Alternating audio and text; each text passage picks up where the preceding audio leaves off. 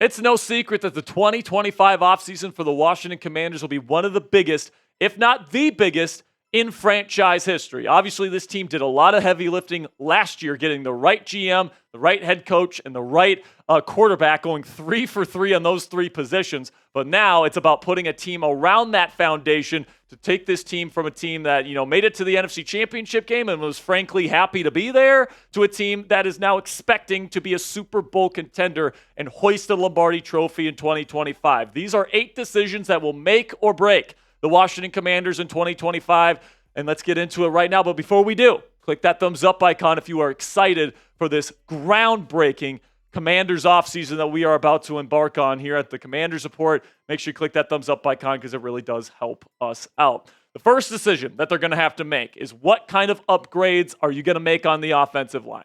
Because this was something that I talked about all last offseason and really all season as, an issue for this football team. Now, I thought that they overperformed expectations. I thought this was going to be one of the worst units in all of football. They ended up being, let's say a little bit below average, maybe average. Tyler Biadasz had a really good season at center. Sam Cosmi is Sam Cosmi. He's awesome. But then the other 3 spots, left tackle, left guard, and right tackle, I think could all use an upgrade, and that's what I want them to do. All right, I know they just drafted Brandon Coleman to play left tackle last year, but I honestly think that he is more of a left guard, and I think that he is the answer and the upgrade at left guard to replace Nick Allegretti, who I think would be a very good backup, rotational interior offensive lineman. But Coleman has got the frame and really the power that I think could really be utilized well when it's kicked inside. I just don't know if he has the coordination with his feet and his hand placement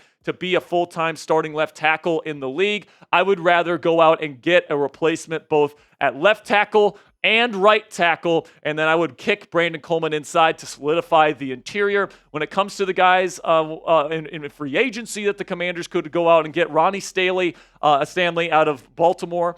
He's probably the best on the market, and honestly, with his experience playing with a mobile quarterback in Lamar Jackson, that's the guy that I would probably target, and that would be close to the top of my list of guys that I would absolutely want to have as a Commanders fan. But also Cam Robinson, Tyron Smith, Alaric Jackson, and Dan Moore Jr. were all starting left tackles in the league this year as well. So keep your eye on those players if they can't get Ronnie Stanley. Then in terms of draft prospects, these are the top guys in the draft according to Pro Football Focus. Now, some of these guys like Will Campbell, the kid from Arizona, Sakanaya, I hope I'm saying that right, but those 3 are probably going to end up being guards in the National Football League, but there's a lot of different offensive linemen here that could be plug and play for the Washington Commanders. But the thing with tackles, guys, if you're going to draft one of them to start right away, you want to get them in round 1 or at the very latest round 2, because after the first 2 rounds, a lot of these guys need time to develop and can't start right away.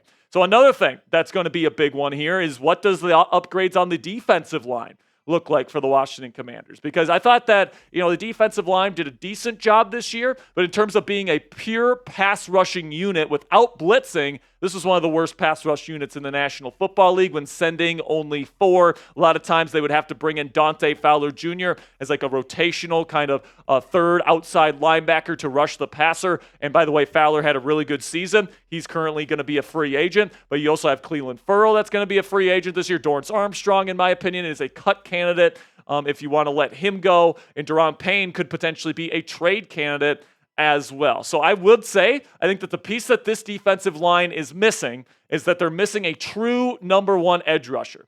All right, Dorrance Armstrong and Cleveland Ferrell, with all due respect to those guys, I think they played better down the stretch than they did at the beginning portions of the season.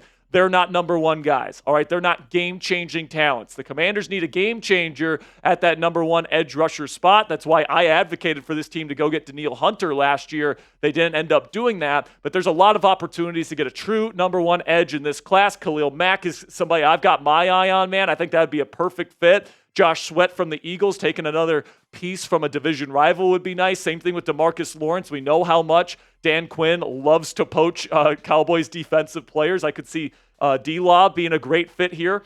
Dante Fowler Jr., I'd love to bring him back. in the same role that he played last year. He had some big-time, game-changing plays in 2024. And Matthew Judon's another guy to consider as well as a bigger kind of defensive end. Then if you want to go get a guy in the draft, there's a lot of great edge rushers this year, man. All 10 of these guys on screen right now could potentially go in round 1. That's how good this edge rusher class is, man. Super explosive talents that can be, contributors for sure in pass rush situations on day 1. But a lot of these guys can be 3-down linemen at defensive end from day 1. Some guys to keep your eye on for the Commanders specifically: Shamar Stewart out of Texas A&M and Nick Scorton out of Texas A&M. Both of those guys, bigger body types that I think would fit in this defense extremely well. Plus, they already played a little bit in the Burgundy, so they would look good in the jersey. So weigh in for us down there in the comment section. What's the bigger need going into the offseason for the Washington Commanders? Type OL for offensive line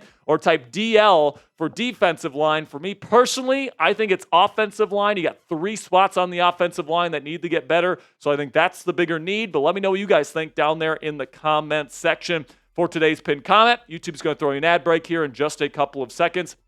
And when that happens, take advantage of that time. But let me know which trench is more important to upgrade here in 2025.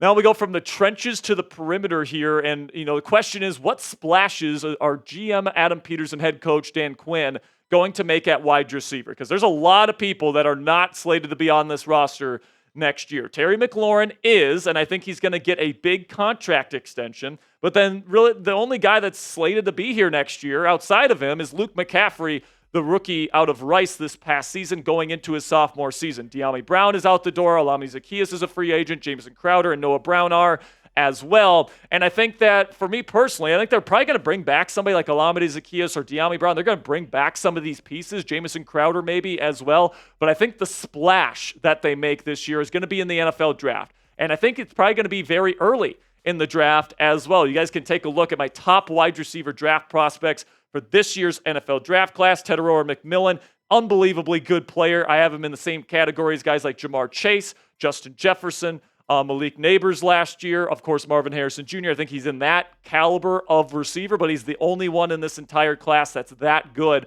No chance he makes it to the Commanders at number 29. But Luther Burden, Emeka Egbuka, Matthew Golden are all guys that are going to go in round 1 that I really like as well. Hopefully one of them drops to number 29 or somewhere close to 29 so that the Commanders can go up and get them. But in day 2, there's a lot of great players as well. Eric Ayamainer out of Stanford. We've talked about him on the show before. Very physical player. Reminds me of Mike Williams. Savion Williams, 6'5", can do a lot of different things. A yak threat as well. Xavier Restrepo, a slot guy. Jaden Higgins, a route runner that's 6'4". Jack Beck, or Besh, I should say, really well-rounded wide receiver. Then Jalen Royals, a super explosive but maybe a bit more raw wide receiver that needs a little bit of time to cook in the NFL. Lots of great options at the disposal of the Washington Commanders. And coming up here, we got more big decisions at the feet of Adam Peters that's going to make or break the Commanders' Super Bowl hopes in 2025. But before we get into all those big decisions, let's have a word from our sponsor here at Game Time, which is the best place for you to buy tickets for all the sports, music, comedy, and theater in your area. Game Time has a new feature called Game Time Picks. Makes getting tickets for live events even easier. Game Time Picks filters out the fluff to show you only incredible deals on great seats, so you don't have to waste time searching through thousands of tickets. All you have to do is select the Game Time Picks button at the top of the screen when you click into an event you want to go see, and Game Time is automatically going to filter through their entire database of tickets to find you the best tickets at the best prices with the best views so that you and your family can get the best deals on any ticket you get to any event. And it's more than just sports, guys. It's comedy. It's theater. It's anything that you can get a ticket for, you guys can get it on Game Time. I'm telling you guys that right now. So what I love about using the Game Time app is you get the lowest price guarantee on any ticket to any event, all in pricing, so you don't get slapped with the crazy fee at checkout, and flash deals so you can get even cheaper tickets the closer you wait to Game Time. Take the guesswork out of buying tickets with Game Time today. Download the Game Time app, create an account, and use code CHATSPORTS for $20 off your first purchase. Terms apply. It's just for that first purchase. Again, create an account with Game Time and redeem code CHATSPORTS. It's right down there in the bottom right of your screen for $20 off your first purchase. Download Game Time today. What time is it? Game Time. Another big decision for the Commanders here in 2025 is, what is the running back room going to look like? And specifically, are you going to keep Austin Eckler around, or are you going to go with B-Rob and then another running back that you bring in via free agency or via the draft? Eckler is slated to be on the roster next year, but he is a cut candidate because he is a little bit older, and I think they want to keep Brian Robinson Jr. around, but I think we saw this year that B-Rob isn't the dynamic number one running back that the Commanders maybe want to pair with Jayden Daniels. And I think that the way that they address this is they're going to keep Austin Eckler on the roster, but I think they're going to take a new running back that the plan is going to be to take over for Austin Eckler in the rotation in his second year in the National Football League. All right, so I think they're going to spend a day 2 draft pick on somebody that they really believe in. You guys can take a look here at the top running back prospects. Omarion Hampton is from North Carolina, not SMU. I don't know why we have the horsey on there, but it is but that is UNC, not SMU. Cam Scadaboo out of Arizona State. It'll be interesting to see where he goes in the draft this year. Dylan Sampson out of producer Joey's Tennessee Volunteers, a speed demon. There we go. Joey got it fixed, guys. Caleb Johnson is from Iowa, not Missouri. So once again, F Joey in the chat. Travion Henderson and Quinshawn Junkins are guys that could be considered for the Commanders out of Ohio State. And then Devin Neal out of Kansas. And somebody that I really like, guys, R.J. Harvey out of UCF. Keep your eye on him. I think that he's got a very bright future in the National Football League. Then we take a look here at the cornerback position. The question in the secondary for me, guys, is where does Mike Sainristil play next year? Does he play on the outside like he did this year? He did a really good job on the outside, but Noah Igbinogheni's a free agent, and you have an opportunity to potentially get another outside corner alongside Marshawn Lattimore and then kick Mike Sainristil back to the nickel where this team originally drafted him to play. They drafted Mike because he has the potential to be a truly game-changing presence in the nickel, and if you know anything about the modern NFL, guys, a truly elite game-changing nickel defender can completely transform your defense. So listen, I'm cool with whatever the Commanders want to do. If they want to keep him on the outside, great. I think that he's going to be a really good number 2 corner in this league. But if they want something truly special and they want to see if Mike Sainristil can still be that something that I saw in his tape playing in the slot for the Michigan Wolverines there in Ann Arbor, I think that, you can get somebody in the draft or in free agency to take that other starting outside cornerback spot, and Sainristil can really take this defense to a whole nother level playing in the slot. Then something else that this team's going to have to decide is whether or not to bring back Bobby Wagner. Now, once again, Bobby Wagner graded extremely high, a top 5 PFF grade this year. He was a fantastic leader in the middle of the Commanders' defense, and my inclination here is that they're going to want to bring him back. And he did sign a team-friendly deal last year, and my inclination as well is that he's going to continue to take that team-friendly deal to try and win a Super Bowl to finish his NFL career here with Dan Quinn in the nation's capital. So I do think Bobby Wagner will be back, but I do think there's an argument to be made that he's slower than he once was. He's not the coverage player he used to be. He's still a great blitzer and a great run defender when he's tackling between the tackles. But when he has to go outside and chase down Saquon Barkley, that age certainly shows itself, in my opinion. So if they don't bring back Bobby Wagner, I'll certainly understand why. Then something else, another player that's older that they're going to have to decide whether to bring back or try to upgrade this offseason is tight end Zach Ertz, who I think was Jayden Daniels' safety blanket at tight end this year. He's not fast anymore. He's not the physical player he used to be in his prime, but he's still an extremely crafty route runner who plays with excellent technique, and then he's super intelligent, man. Like when he goes up against the zone, he knows exactly where the zone holes are and where to go to give Jayden Daniels a reliable target. And he's got that big body for Jayden to target, and I think that he wants to come back to Washington. He wants to continue to play football, and he wants to try to win a championship before he retires as well. So I think he wants to come back to Washington. The question is, does Washington want him back? Then the final key decision that I have on today's show for you guys is whether or not they bring back Daron Payne, somebody that was a very key run defender for the Commanders this year. But in Dan Quinn's system, he wasn't allowed to be a penetrator the way that he usually is. So it's going to be interesting to see what happens with Daron. I thought he had some effort issues this year at times, to be frank. The production certainly wasn't there for most of the season. And given his cap hit coming up in the next 2-year cap hits, it's going to be tough, man. And I think that if you can get a decent offer for him, and somebody offers you a 5th or even a 4th round pick for Daron Payne, I would personally think about taking it. just because I think that you can get another really good defensive tackle in the draft or in free agency to go along with Jonathan Allen and Johnny Newton.